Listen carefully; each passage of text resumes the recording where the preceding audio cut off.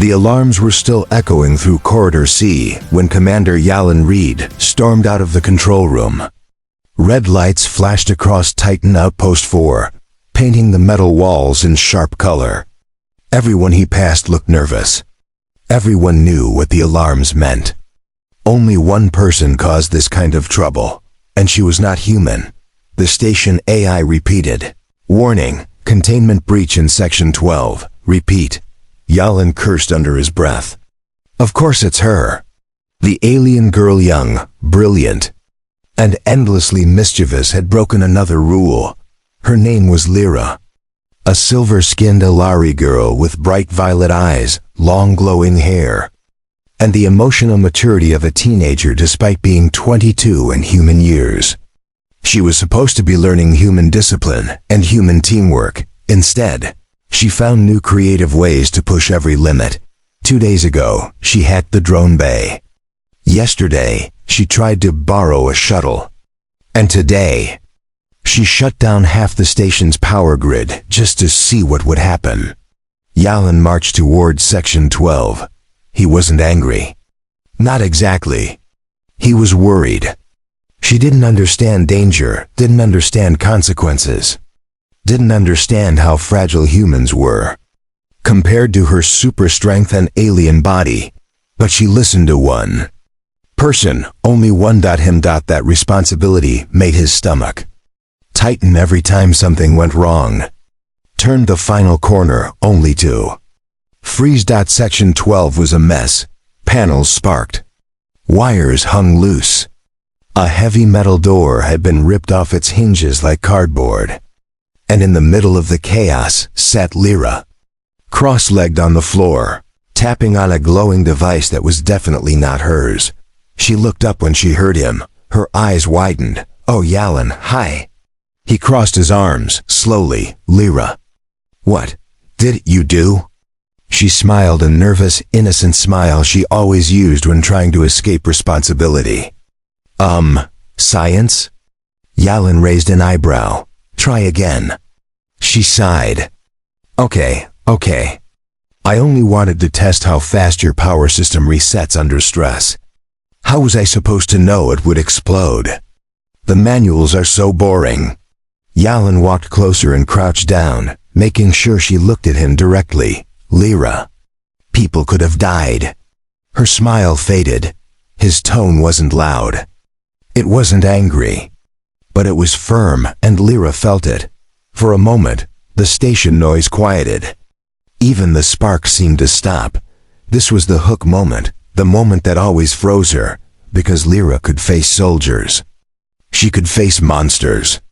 She could face storms and energy waves, but she could not face Yalan being disappointed. She lowered her head. "I didn't mean to hurt anyone." Yalan gently took the device out of her hands. "You misbehaved. Again. And you know what that means." Her glowing eyes flicked up, full of guilt and something else. "Something humans called respect. Discipline time?" She whispered. "Discipline time," he answered. But it wasn't punishment. Not really. For her species, discipline meant learning, facing responsibility, repairing mistakes, and having a guide show the right way with firm but calm control. It was cultural. It was important. And it worked if the guide was someone she trusted. And she trusted Yalan more than anyone in 3 galaxies. He stood up and held out his hand. "Come on." She took his hand slowly, her smaller fingers wrapping around his. Even though she was technically stronger than him, Lyra always became gentle when he touched her. They walked through the corridor. Crew members stared but didn't say anything. Everyone knew the routine. Lyra caused chaos, Yalan disciplined her, and everything returned to normal. But today, something was different. Today, she wasn't arguing. Today, she wasn't joking. Today, she was quiet. They stepped into the training room, a wide space with glowing walls, padded floors, and holographic projectors. This was where Alari discipline was done, through physical control, mental focus, and guided correction. Yalan pressed the panel, sealing the door. Lyra shifted her weight, looking nervous again. Yalan. I really didn't mean to. I know, he said softly. But you still need to understand what you did. And you still have to face discipline. She nodded, swallowing. He stepped closer. Look at me. She lifted her head. You're smart. Too smart. Sometimes too confident. You think nothing can hurt you. But humans can be hurt, easily. You need to learn control. I know. I get excited. I know. But excitement without control is dangerous. She looked down again. Her violet hair dimmed. And that's why. You need someone to guide you firmly, right? She nodded. Good, then we start. He activated the room. Holograms lit up floating targets. Moving platforms, shifting patterns of light. Lesson 1, Yalan said. Circling her. You follow instructions exactly. No improvising. Yes, Yalan. Lesson 2. No using strength unless I order it. Yes, Yalan. Lesson 3. Focus. She inhaled slowly. Jalen watched her closely. Not with anger, but with a calm, steady authority her species responded to deeply.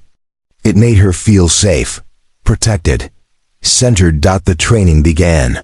She moved through the targets, dodging the holographic obstacles, following his voice commands with growing precision. She slipped twice. He corrected her twice. She improved twice. Every correction made her posture straighter. Every command made her movements smoother. Her glowing hair brightened again, not with mischief, but with renewed discipline. After 20 minutes, she stood in front of him again, breathing slowly but steady.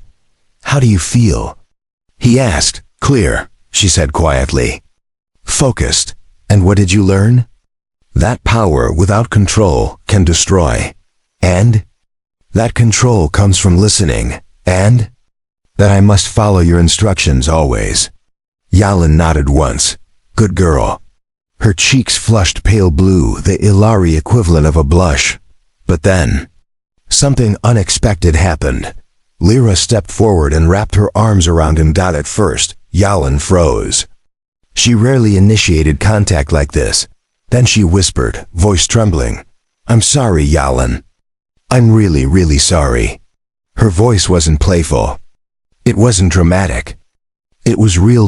And Yalan felt something shift inside him. He held her gently. I know. And I'm not angry. I'm just trying to keep you safe. You always keep me safe, she whispered. Even from myself.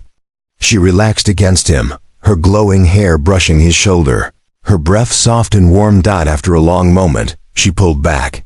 Will you stay with me a little longer? She asked quietly. Of course, he said, and he sat on the floor with her, leaning against the padded wall. She curled up beside him like a tired kitten, her head resting on his shoulder, for all her alien strength and stubbornness. Here, she was soft, calm, gentle. Yalan? She muttered sleepily. Yes? You're the only one who can discipline me properly. He smirked. I'm aware, and you're the only one I listen to. That's also true.